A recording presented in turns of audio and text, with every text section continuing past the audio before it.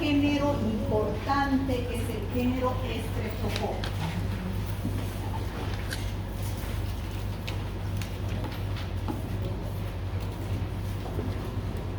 Ya saben ustedes que estos son cocos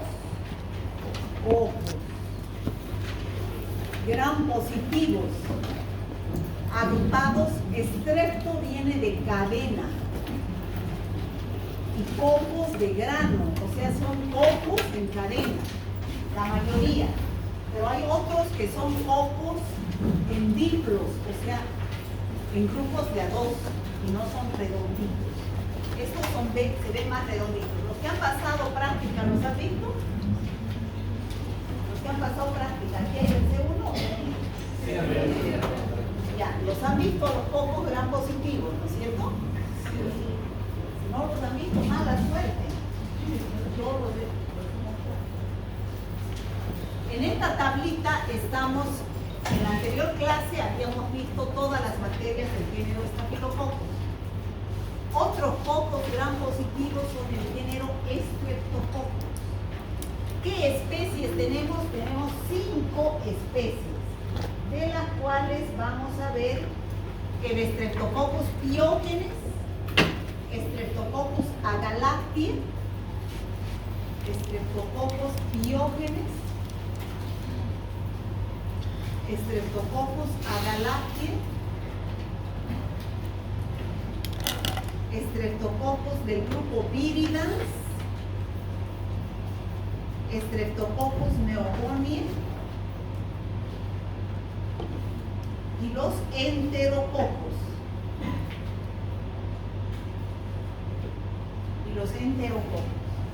Ya esos son los que vamos, pneumoniae, Streptococcus pneumoniae.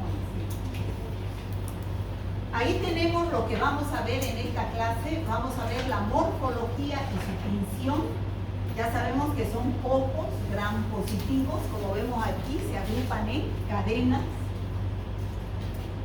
Vamos a ver su acción patógena, o sea, qué enfermedades producen. Por eso ustedes están estudiando medicina y les interesa conocer estas bacterias, para que cuando sus pacientes vengan con estos cuadros clínicos piensen, no, esa bacteria la vi en bacteriología alguna vez en su vida, ¿no?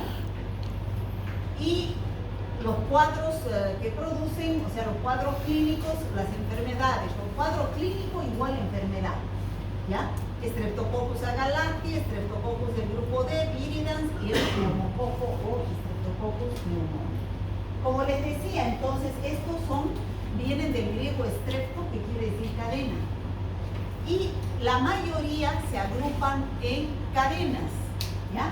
Pero solamente hay una especie que se agrupa en grupos de a dos, ¿ya? Todos estos son en cadenas. Y son redonditos. Se agrupan en cadenas. O bien están solos o bien en cadenas. Estos Streptococcus pneumoniae, estos también son redonditos y en cadenas. Este Streptococcus pneumoniae son medio alargaditos y tienen cápsula, ¿ya? Y están en grupos de a dos, diplococos. Por eso cuando el laboratorio a ustedes les informe diplococos gram positivos, por ejemplo, en un líquido cefalorraquídeo, en un esputo, porque es la principal bacteria productora de neumonía. Se llama también neumococo. Ese es su otro nombre, neumococo, ¿ya? Entonces, ¿de dónde surge esta clasificación de los streptococos? Hay 3 clasificaciones. Uno por especies, que es el Streptococcus pyogenes, el agalactiae, que hemos escrito allá. El agalactiae, los del grupo Viridans, los enterococos, y también hay otras especies que no están nombradas acá. Ahora, hay otro investigador llamado Rebecca Lancefield. Rebecca Lancefield ha clasificado a los streptococos de acuerdo a un antígeno que vio que tenían en su pared celular. Por ejemplo, al Streptococcus pyogenes lo llamó a Streptococo del grupo A. O sea que algunos libros ustedes van a ver que los nombran a los estreptococos, no van a decir estreptococo piógenes. Paciente con faringitis, se aisló un estreptococo del grupo A, dicen. Entonces ustedes tienen que saber que es lo mismo, solo que es otra clasificación, se refiere a piógenes, ¿ya? Y otros libros dicen de acuerdo a la hemólisis que producen en el agar sangre. La próxima semana les van a pedir a ustedes que donen 5 ml de sangre. ¿Para qué? Para preparar ya los medios de cultivo. El medio de cultivo de agar sangre. ¿Ya? Si no, ustedes no donan, nosotros no vamos a donar porque es para que ustedes aprendan. ¿No? Entonces, si no donan, no va a haber de dónde vean, de dónde cultiven. O sea que no se van a desangrar con 5 ml de sangre. ¿Ya? O sea que donen nomás, háganle el favor. Bueno, entonces se siembra en el agar sangre para identificar a estas bacterias en base a esta clasificación de la hemólisis que producen. Algunos libros dicen se encontró en la faringe estreptococos beta hemolítico. Se refiere al piógenes, al grupo A de Lancefieres, ¿ya? Para que sepan que también reciben otros nombres, que tienen otras clasificaciones. ¿Y qué significa beta hemolítico? Que producen esta hemólisis, destrucción total. Esta es la bacteria, millones de bacterias, es una colonia de un estreptococo beta hemolítico. Entonces, al crecer en el agar sangre, destruyen los glóbulos rojos y por eso se observa esta zona clara alrededor de la colonia que crece. Entonces, destrucción total de los glóbulos rojos. Los estreptococos beta hemolíticos. ¿Cuál es beta hemolítico? El piógenes, el agalactia y algunos enterococos. ¿Ya? Sin embargo, hay otros estreptococos que no hemolizan totalmente los glóbulos rojos del agar sangre, sino parcialmente, y a eso se llama hemólisis alfa. ¿Y quiénes producen hemólisis alfa? Está el estreptococo del grupo viridans y el neumococo. Estos dos producen esas colonias, pero eso lo utilizan los bioquímicos para informarles a ustedes, doctor, en ese esputo crece un estreptococcus pneumoniae, o un estreptococo alfa hemolítico, o un neumococo, que también se llama, ¿ya? Y los enterococos producen hemólisis alfa, beta y gamma. ¿Qué significa gamma? Que no hay hemólisis. No producen hemólisis, no hay destrucción. ¿Ya? Entonces, esta clasificación se les da a ustedes para que cuando lean algún informe, algún libro o escuchen a un colega hablar y digan, se aisló un estreptococo pneumoniae, ya está bien, se aisló un neumococo, está bien, se aisló un alfa hemolítico, está bien también, así lo llaman al neumococo, y del grupo B de Lancefieres se aisló de una embarazada, ¿no? Entonces ahí Streptococcus agalacti o del grupo B de Lancefieres, es beta hemolítico. ¿Me dejo entender, chicos? ¿Sí? ¿Todos entienden la clasificación de los estreptococos? Ya, entonces ahora vamos a ver qué enfermedades, qué cuadros clínicos producen. Aquí está la hemólisis. La alfa es parcial, por eso se ve medio verdoso.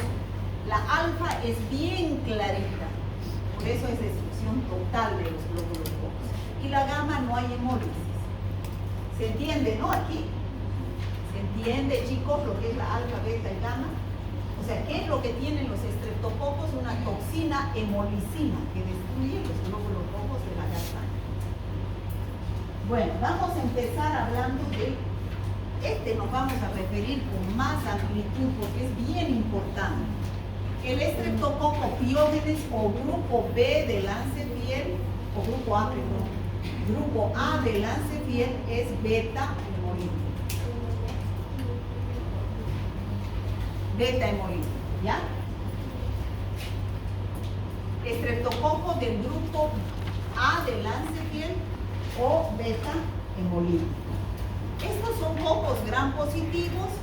Algunas personas 5 a 10% de las personas, de algunos, de aquí por ejemplo, si somos 100, 5 a 10 nos hacen un hisopado de la mucosa nasal o de la mucosa faríngea, se va a observar en pequeña cantidad que son colonizados con esta bacteria sin producir ninguna enfermedad. ¿Ya? 5 a 10%, 5 personas de 100. ¿Ya? Este Streptococcus pyogenes se presentan en cadenas cortas, ¿no? Redonditos o en forma de huevito, ¿no? Gram positivos, tienen una proteína M en su pared celular y tiene una cápsula de ácido hialurónico. En las placas de agar sangre crecen, como les decía, produciendo esta hemólisis, beta hemólisis total de los glóbulos rojos, ¿no? Y tiene una toxina también que es la streptolicina O. Y además, las enfermedades que producen, que vamos a ver a continuación, se debe a factores, ¿no?, de virulencia, como toxinas, la streptolicina O, la streptolicina S, adeneasas, hialuronidasas, streptokinasas, que son enzimas que producen estas bacterias para producir una serie de enfermedades. Entre las enzimas o fermentos están las streptokinasas, streptodornasas, hialuronidasas, estearasas. Entre las toxinas, todos estos son factores de virulencia. ¿Qué significa factores de virulencia? Gracias a esto, lo que produce este Streptococcus pyogenes es que se producen las enfermedades que vamos a ver, los cuadros clínicos. La streptolicina O y S son toxinas, la toxina eritrogénica, que es la responsable de un exantema. Exantema es puntos, así como rash cutáneo, que se produce en las alergias. ¿Han visto? ¿Alguna vez han visto alergia? No. Eso es un exantema, puntitos rojos que aparecen. Eso es exantema, ¿ya? Entonces, y eso es la escarlatina, una enfermedad que después vamos a ver. Y tiene un antígeno en su superficie que hemos visto que es la proteína M, que tiene acción antifagocitaria. Gracias. ¿Qué cuadros clínicos producen el Streptococcus pyogenes? Igual que el Staphylococcus aureus, es bien parecido. Una serie de cuadros clínicos que los hemos clasificado en procesos supurados y no supurados. ¿Qué significa? ¿Alguien entiende qué es proceso supurado? Todo el mundo tiene que saber hoy día qué es un proceso supurado. Presencia de pus, eso es supuración, que produce pus. ¿Conocen la pus? Sí. Es el líquido amarillo verdoso que sale cuando hay infección. La presencia de pus en cualquier situación es signo de infección. ¿Ya?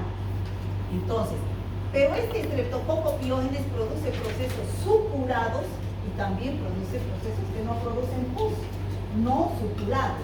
Supurados, vuelvo a repetir, producen pus, ¿no? Producen pus, esto es un absceso, una acumulación de pus.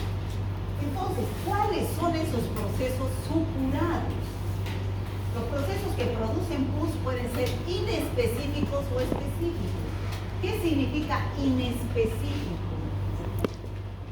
Que no es el único el Streptococcus pyogenes que produce ese cuadro. También hay otras bacterias como el Staphylococcus aureus que también produce ese cuadro. Por ejemplo, a nivel de piel, vamos a ir desde lo más de afuera hasta adentro, que es lo más grave. En piel, ¿qué produce? Infético. También produce infético, que hemos visto en la anterior clase, que produce el Staphylococcus aureus, ¿se acuerdan? Esas lesiones costrosas, eritematosas, pustulosas que se observan en los niños, alrededor de los orificios de la cara, alrededor de la nariz, de la boca, de los ojos, ¿han visto, no es cierto? También produce, por eso es inespecífico, o sea, cuando vean un niño así, no van a decir es Staphylococcus aureus, puede ser también Streptococcus pyogenes, por eso es inespecífico. Solamente el laboratorio, cuando se cultiva y se identifica, se dice que es aureus o es Streptococcus pyogenes. A nivel de mucosas, un cuadro importantísimo en la faringitis. ¿Saben lo que es faringitis? Inflamación e infección de la faringe. Muy común en todos nosotros, ¿no es cierto? Sobre todo en clima frío. No podemos ni dejar pasar la salida de la inflamación de la faringe. A eso se llama, ¿qué se llama eso? Que no puedo, que duele al tragar. Odinofagia. Disfagia es dificultad para tragar. Trago pero con dificultad. Odinofagia es con dolor. ¿Ya?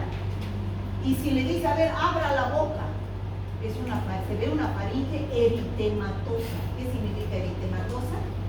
Roja. De ahora en adelante no voy a decir rojo, voy a decir eritematosa. ¿Ya? Es zona roja, significa eritematosa. Una faringe eritematosa. Edematosa. ¿Qué significa edema? Hinchado. Edematosa. Y con puntos blancos de pus, por eso es purulenta, suturada, ¿no? No siempre el estreptococo piógenes es el que produce las faringitis. La mayoría, cuando estamos así con una faringe eritematosa, con disfagia o rinofagia, son virus.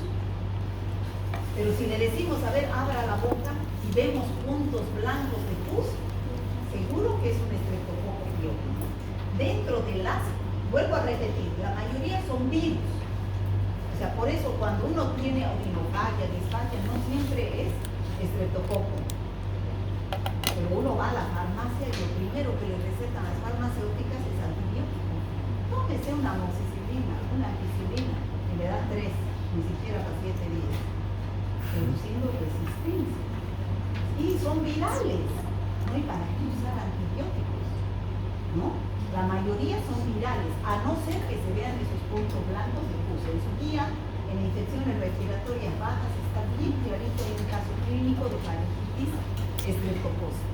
Y al estar cerca de la faringe también se puede infectar el oído y también se puede afectar los senos paranasales, frontales, dando sinusitis. Sinusitis es la inflamación de los senos.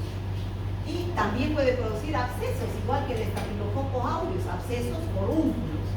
Si vamos más adentro, a nivel de las vísceras, puede también producir meningitis, ¿no? Meningitis por estreptococo piógenes, endocarditis por estreptococo piógenes.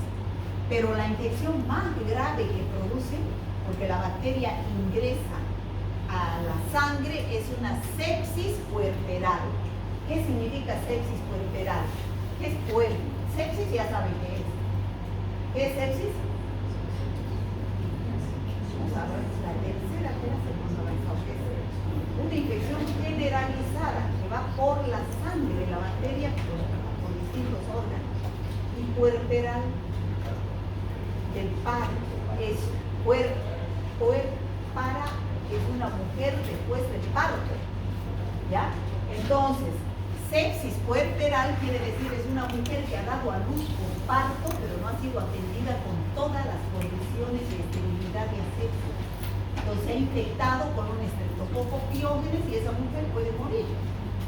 Así llegan los casos ya mal a la maternidad, donde se mueren por sepsis, porque vienen de un lugar clandestino donde les han hecho un aborto clandestino o un parto clandestino donde no utilizan normas de bioseguridad o material estéril. Entonces les puede dar la sepsis puerperal.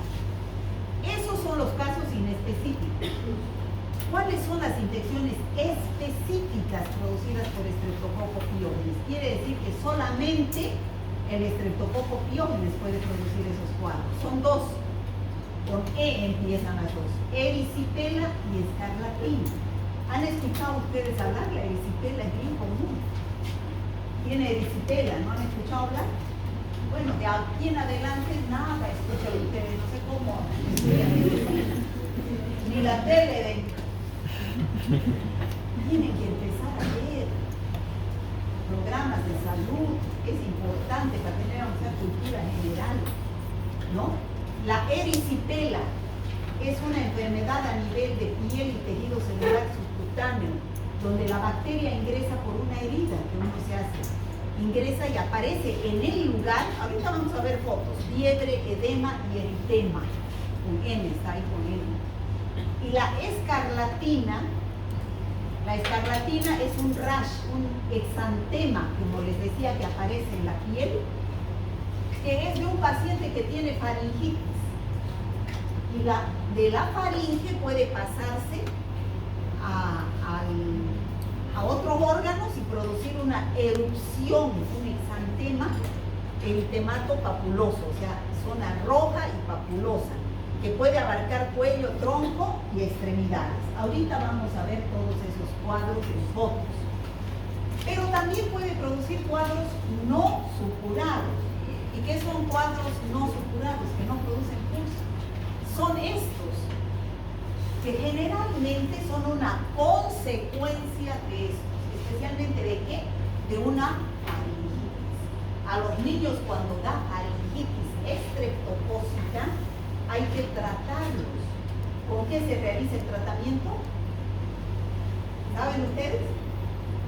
Penicilina benzatínica. Es la única bacteria, junto con el Treponema pallidum que produce la sífilis, que todavía tiene sensibilidad a la penicilina. Todavía se puede usar penicilina, 100% sensibles a la penicilina. Todavía no hay estreptococo piógenes resistente a la penicilina. ¿Ya? Entonces, es la fiebre reumática y la endocarditis a nivel del corazón. O sea que después de una faringitis, un porcentaje de la población que no se ha curado bien de una faringitis estreptocócica, se forma una reacción exudativa y proliferativa del tejido conectivo del corazón y de las articulaciones, fiebre reumática y endocarditis. O también se puede producir a nivel de los riñones una glomerulonefritis aguda.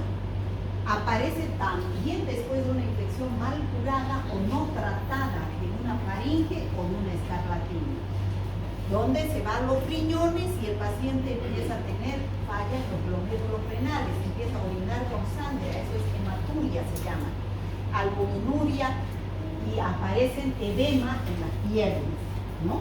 Entonces, vamos a ver cuáles son esos procesos supurados, estos de aquí, supurados, inespecíficos primero. El linfético, ¿no? Eso es el linfético que ya hemos visto en Staphylococcus aureus, linfético. Aparecen esas costras purulentas, ¿no? En los niños, sobre todo a nivel de la cara, los abscesos o forúnculos que aparecen a nivel de piel, tejido celular subcutáneo, ¿no? También en Staphylococcus aureus, ahí tenemos otro forúnculo que no está drenado. Eso serían a nivel de piel y mucosas. Esa es una faringitis o puntos blancos de pus. Fíjense cómo aparecen esos puntos blancos. Para hacer un hisopado, es con un hisopo, ¿saben lo que es hisopo, no? Con un hisopo se realiza la toma de muestra de estos puntos blancos de pus y los sembramos en agar sangre.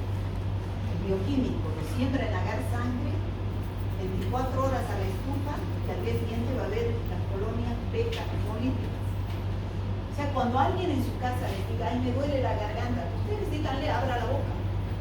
Con una cucharilla le hacen bajar la lengua, que diga, ah, así. Entonces baja la úvula y se observa la faringe. Si es eritematosa, fíjense, edematosa, y tiene puntos blancos de pus, seguro que es una Streptococcus pyogenes.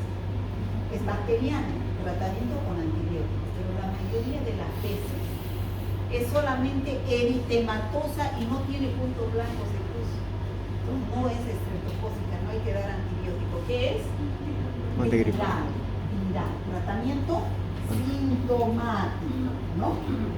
Ya les dije, la mayoría de las infecciones respiratorias son virus y las bacterias solamente en el caso de la faringitis estreptocócica, ¿no?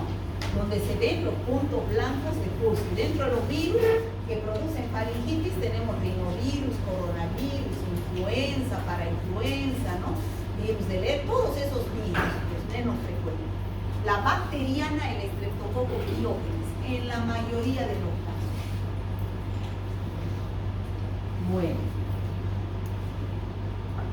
Y se forman esta es la glomerulonefritis aguda post-estreptocócica de una faringe mal curada o que el paciente no le ha dado importancia, sobre todo en los niños. Si no hace tratamiento con penicilina benzatínica, el tratamiento depende del médico, ¿no? Puede hacer 6 meses o puede hacer 1 año, ¿no? 6 meses cada mes con penicilina benzatínica hasta eliminar la bacteria, porque si no se complica con cuadros de glomerulonefritis aguda, se forman los autocomplejos inmunocomplejos en las nefrones y se produce un paciente que tiene hematuria, proteinuria, hipertensión, malestar general. Glomerulonefritis aguda, que es mucho más grave. Eso es la erisipela, chicos. ¿Nunca han visto? No. Bueno, fíjense, esta es una pierna normal, la pierna izquierda, la derecha de una persona. Y esta es una pierna con erisipela. ¿Cuál es la diferencia? ¿Cómo aparece la erisipela? Es una zona eritematosa, edematosa. ¿Está edematizada o no? Comparando con esta. Edematosa, eritematosa y caliente al tacto. ¿Ya? Entonces, esa hay infección, ¿no? Esa se llama erisipela. Generalmente la bacteria, el Streptococcus pyogenes, entra por una heridita que se haya hecho el paciente, ¿ya? Con alguna, esa es la puerta de entrada. Fíjense, esta es erisipela en el brazo. Es una zona eritematosa, edematosa, con bordes definidos, bien definidos los bordes. Esa parte sana, parte con erisipela. La diferencia es bien parecida a la celulitis. ¿Han escuchado hablar ustedes de celulitis? No celulitis esa que da con la gordura en la mal llamada celulitis. Celulitis es una infección producida por Streptococcus pyogenes. Parecido a esto, es de tejido celular subcutáneo, pero los bordes no están así tan definidos. Fíjense, zona sin erisipela y aquí con erisipela. Bien definido el borde, ¿no es cierto? La celulitis tiene el borde así, eso lo van a ver en infecciones de piel y partes blandas en práctica cuando veamos eso. Fiebre, edema y eritema. Eso es erisipela, puede aparecer en cualquier parte del cuerpo, especialmente en las piernas. ¿Ya? Y esta es la escarlatina. Eso, chicos, es un exantema.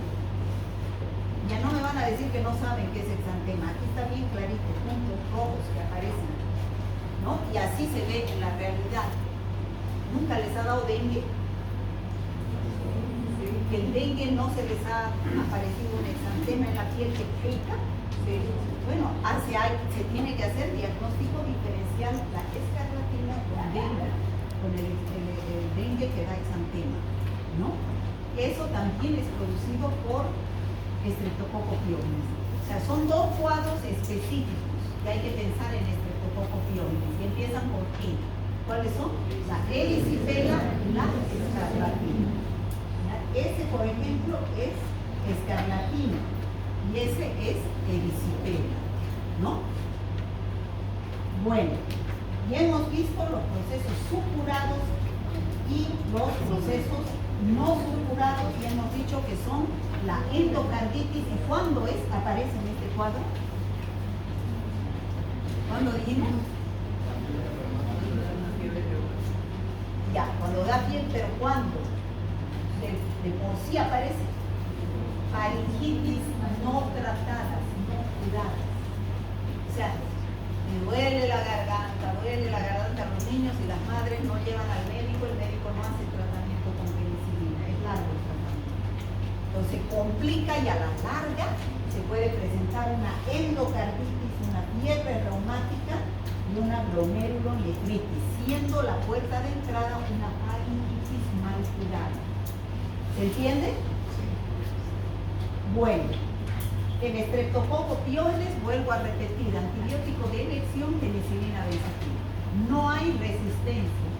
Una de las pocas bacterias que no ha producido beta-lactamasas y ningún otro mecanismo de resistencia a la penicilina. Todavía es sensible a la penicilina. Ahora, si el paciente es alérgico a la penicilina, entonces se tiene que dar otro antibiótico. Eritromicina, cefotaxima, rifampicina, vancomicina. ¿Está claro, chicos? Esto es Streptococcus pyogenes. Ahora vamos a pasar a Streptococcus agalactiae. El Streptococcus agalactiae es del grupo B de Lancepiel y es beta hemolítico. Entonces, este Streptococcus agalactiae se encuentra como microbiota en algunas mujeres, donde en el intestino y en la vagina. Es por eso que cuando estas mujeres se embarazan y tienen al Streptococcus agalactiae, están colonizadas con pequeña cantidad de Streptococcus agalactiae, entonces no debería nacer ese niño por parto. ¿Por qué? Porque al nacer por parto, ese niño aspira ese Streptococcus agalactiae de la vagina de la madre y se puede complicar el cuadro con una neumonía que se pasa a sepsis y a una meningitis neonatal. ¿Ya? Por eso es muy importante las meningitis, los cuadros de meningitis neonatal. ¿Qué significa neonatal? ¿Saben? Es el recién nacido, desde que nace hasta que tiene 28 días. Ya a partir del mes ya son bebés, ¿no? Pero neonato se dice hasta que tienen 28 días. ¿No se van a olvidar? Bueno, entonces puede dar meningitis. ¿Qué es la meningitis? Ya les dije. Rigidez del cuello, fiebre y cefalea. Y en los niños pueden presentarse convulsiones, ¿no? Convulsiones. Esa meningitis puede ser de comienzo precoz o de comienzo tardío. Precoz quiere decir en la primera semana, primeros 5 días de vida puede presentarse. En cambio de comienzo tardío, después de 10 días hasta 3 meses. Cuando es de comienzo precoz, es que la madre lo ha contagiado. Cuando ha nacido ese bebé por parto y esta madre es colonizada en la vagina por el Streptococcus agalactiae, ¿no? Entonces, contagio de la madre, recién nacidos de madre sin anticuerpo, ¿no? Y este bebé tiene una letalidad grande porque le da neumonía, sepsis, meningitis neonatal. Ahora, cuando este comienzo tardío aparece después de 10 días hasta 3 meses, no es que la madre lo contagió, sino que lo adquiere como una infección en el hospital. ¿Por qué? Porque lo ponen, pues no han visto en la tele la anterior vez que en la maternidad estaban haciendo huelga porque no tienen incubadoras para los bebés. 2 niños en una incubadora, eso es bien. Imagínense si uno tuviera meningitis y después se enoja la gente que no hacen huelga a los médicos y si no hicieran, después presos porque se mueren, ¿no? Entonces, se lo ponen al lado de un niño que está con meningitis o viene una enfermera con las manos y no se lava y agarra al uno al otro, está pasando la bacteria. Entonces, esa es de comienzo tardío, pero es una infección intrahospitalaria, ¿no? La meningitis, ya saben, inflamación de las meninges, que es producida por un Streptococcus agalactiae en los neonatos, que es beta hemolítico del grupo B de Lancepiel. ¿Está claro? Infecciones neonatales. Luego tenemos a los estreptococos del grupo D.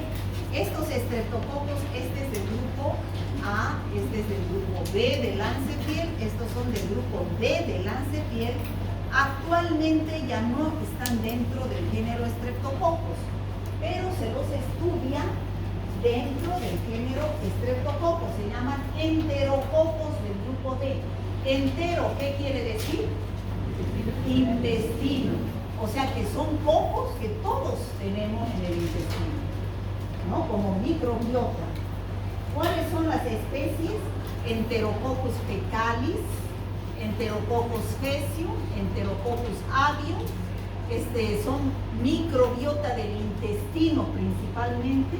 Algunos tienen en la boca, otros en la piel. O sea, es bacteria, es microbiota.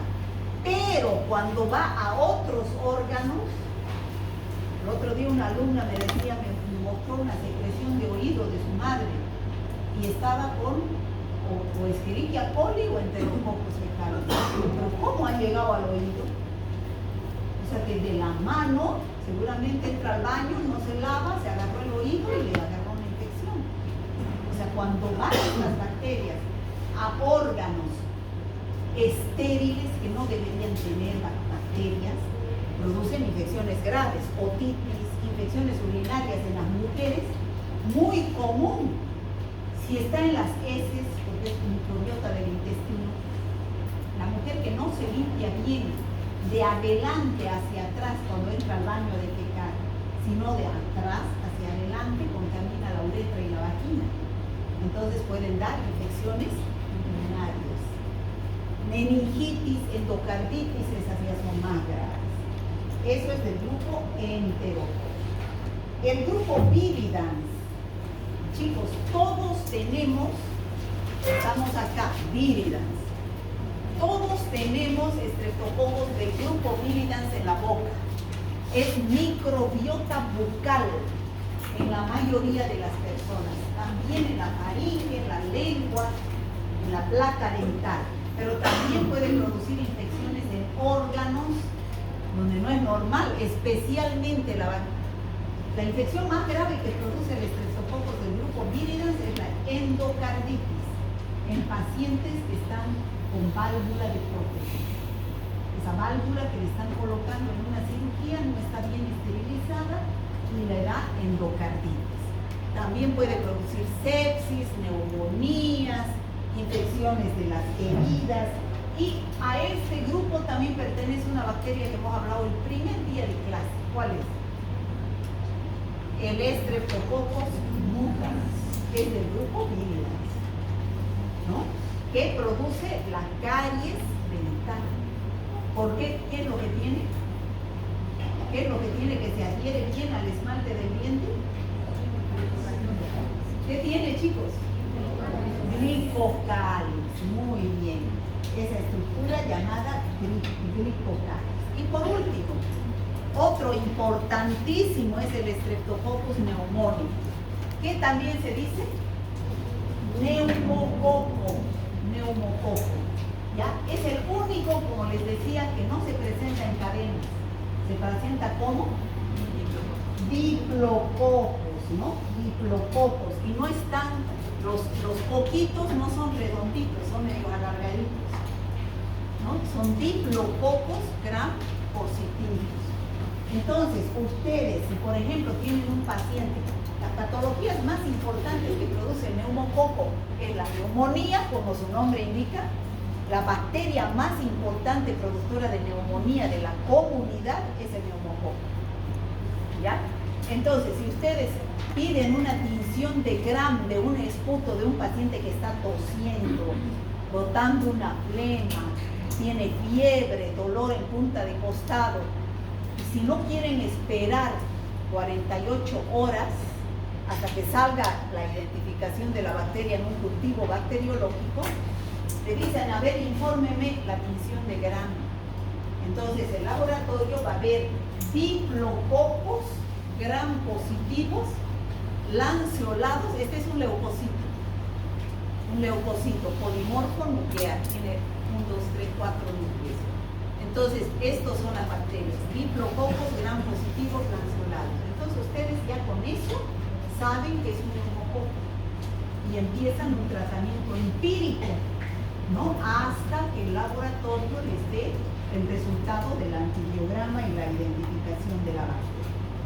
Entonces, esta bacteria Algunas personas la tenemos en las fosas nasales, colonizadas, estamos con neumococo, pero aquí no produce nada, no produce infección de la nariz. Cuando entra a los pulmones es que puede producir la neumonía, ¿no? Capacidad de multiplicación en los tejidos del huésped. ¿Y cómo es que penetra en los tejidos del huésped? Ya les dije por qué. Porque tiene cápsula. Es un diplococo gran positivo lanceolado encapsulado. Y al tener cápsula, ¿qué acción tiene? Antifagocitaria. ¿De quién está evadiendo? De los macrófagos, de los polimorfonucleares, que son nuestras defensas. Los policías, gracias a ese polisacárido cápsula, que es el responsable de ser virulento, es el que le da la acción antifagocitaria. ¿Se acuerdan cuando avanzamos cápsula? La principal función de la cápsula era hacer acción antifagocitaria, evitar que los macrófagos, que son nuestros policías, vengan a comérsela la bacteria. ¿Sí? ¿Recuerdan o no? Bueno, ya dijimos que algunas personas, 15 a 60%, tienen en la rinofaringe, pero lo grave es que la bacteria penetre a los pulmones y produzca la neumonía. Especialmente a quienes afecta esta bacteria, a los inmunodeprimidos. ¿Y quiénes son los inmunodeprimidos? Ya sabemos que hay inmunodepresión por causas tóxicas, ¿no es cierto? ¿Cuáles son las causas tóxicas? Drogas, cigarro, alcohol. Esos son directamente inmunodeprimidos por una causa tóxica. Pero también los niños, edades extremas de la vida, y los ancianos son inmunodeprimidos por causas fisiológicas. Llevan fisiología, ¿qué significa? Funcionamiento normal, ¿no es cierto? O sea, normal. Por causas, todo niño y todo anciano, edades extremas de la vida, son inmunodeprimidos por causas fisiológicas. No son como ustedes, por ejemplo. Ustedes son inmunocompetentes, buenas defensas, ¿no? Y por causas patológicas que producen inmunodepresión. Genético. El VIH, el cáncer, la diabetes, ¿no? Es una enfermedad. Y por causas terapéuticas, o sea, por algún medicamento que se esté dando. Los corticoides producen inmunodepresión, ¿no? Bueno, ¿qué cuadros clínicos produce el neumococo? Como su nombre dice, neumonía lobar. El 80% de las neumonías bacterianas de la comunidad, estamos hablando, no de los hospitales, de la comunidad, son producidas por neumococo. ¿Ya? Entonces, llega la bacteria al alveolo pulmonar y se inicia el cuadro. ¿Cómo se produce la neumonía? El paciente empieza a tener escalofríos, fiebre, tos con expectoración, dolor en punta de costado, también puede producir bronconeumonías, o sea, comprometer los bronquios más, pueden producirse abscesos en los pulmones y la pleura también, ¿no? Pleuresías purulénicas. Otros cuadros que produce a nivel, la patología más importante es la neumonía, de ahí viene el nombre, Streptococcus pneumoniae o neumococo. Pero también por vecindad puede producir sinusitis, senos paranasales, otitis, artritis, endocarditis, y la segunda patología más importante es la meningitis. También esos cuadros de meningitis que han habido, uno de esos, que se ha muerto un niño, han aislado neumococo. Neumococo. Produce meningitis en mayores de 25 años y en 30% los niños. El líquido cefalorraquídeo cuando está con neumonía por neumococo es turbio, purulento, ¿ya? Es turbio y con presencia de gran cantidad de leucocitos polimorfonucleares. Entonces, para que no se olviden, los cuadros más importantes del neumococo o Streptococcus pneumoniae es la neumonía y la meningitis. Triada de la neumonía. ¿Cuál es la triada de la neumonía? Tos con expectoración, fiebre y dolor en punta de costado. Esos son los tres síntomas típicos de ¿ya? Y la meningitis, ¿cuál es la triada? Cefalea. Rigidez de cuello, cefalea y fiebre, ¿no? Bueno, ante estos cuadros, ¿qué es lo que se tiene que hacer? Pedir una muestra. Doctores, si el paciente tiene faringitis, hisopado faríngeo. Si el paciente tiene sepsis, hemocultivo, la muestra va a ser sangre. Si el paciente tiene neumonía, análisis bacteriológico de esputo. Si el paciente tiene meningitis, análisis bacteriológico de líquidos cefalorraquídeo. Se hace su examen directo y se hace su tinción de Gram. En la tinción de Gram se van a observar diplococos Gram positivos. Y el agar sangre es importante para ver la hemólisis de estas bacterias, ¿no? Una cosa importante, cuando sospechen de neumonía, el paciente bota expectoración purulenta. Es importante que la muestra salga desde adentro, no esas muestras que vienen con saliva.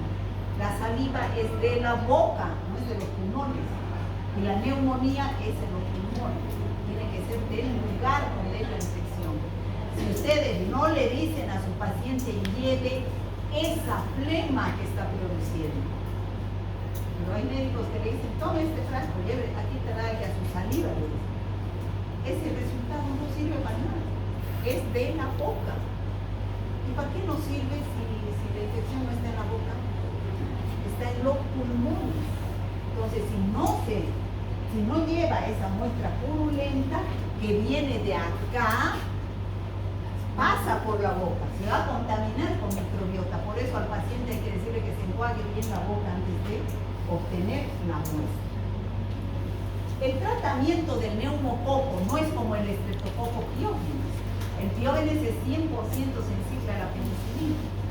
El neumococo ya tiene una resistencia, ya pocos médicos tratan con penicilina las infecciones por neumococo, porque ya tiene resistencia por alteración de las PDP.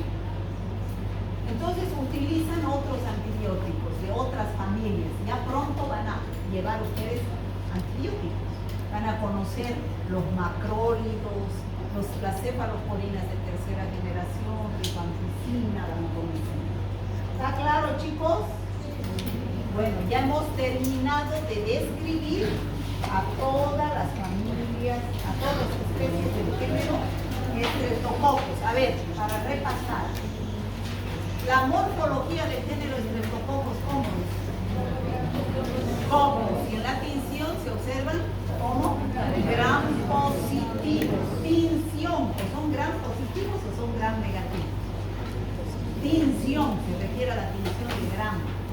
O son gram positivos o son gram negativos. Si yo les digo morfología de agrupación, me van a decir en cadenas. Se agrupan en cadenas. Morfología Coccus, ¿ya? Las especies del género Streptococcus, ahí están. Diógenes, Agalactias, Meningococos, Viridans, Enterococcus. ¿Cuáles son las principales toxinas y fermentos del Streptococo piógenes? Toxinas, Streptokinasa o la toxina eritrogénica de la escarlatina. Las hemolicinas que destruyen los glóbulos rojos. Y las enzimas, ¿cuáles son? Las enzimas o fermentos. Streptokinasa, streptokinasa y alumidasa. ¿Qué cuadros clínicos produce el Streptococo piógenes? Purulentos y no purulentos. Los purulentos pueden ser purulentos o supurados, es lo mismo, ¿no? Los cuadros clínicos supurados pueden ser específicos o inespecíficos. ¿Cuáles son los específicos? Erisipela, escarlatina. Y los inespecíficos de piel, el tejido celular circundante. ¿Cuál es el más simple? Impétigo. Después, forúnculos, abscesos. A nivel de mucosas, ¿cuál es el más importante? Faringitis estreptocócica, otitis, sinusitis. A nivel de vísceras, meningitis, endocarditis y a nivel generalizado, sepsis puerperal, ¿no? ¿Y cuáles son los cuadros no supurados que son una consecuencia de cuadros supurados no tratados bien? La fiebre reumática, la glomerulonefritis aguda y la endocarditis. ¿Cuáles son las principales infecciones del Streptococcus agalacti? Meningitis, sepsis, neonatal. Eso no tienen que olvidarse, neonatal. ¿Y por qué neonatal? Porque es en el neonato que nace por parto. ¿Y por qué le da al neonato que nace por parto? Porque su madre está colonizada en la vagina por el Streptococcus agalacti. Si nace por cesárea, no se va a infectar. Los principales cuadros clínicos del Streptococcus viridans. Primero, ¿dónde está el Streptococcus viridans como microbiota? Boca, ¿no? Pero ¿qué cuadros puede producir? Endocarditis, el más importante, sepsis, neumonías, pero el Streptococcus mutans, ¿qué produce? Caries dental. Bueno, eso sería todo, chicos.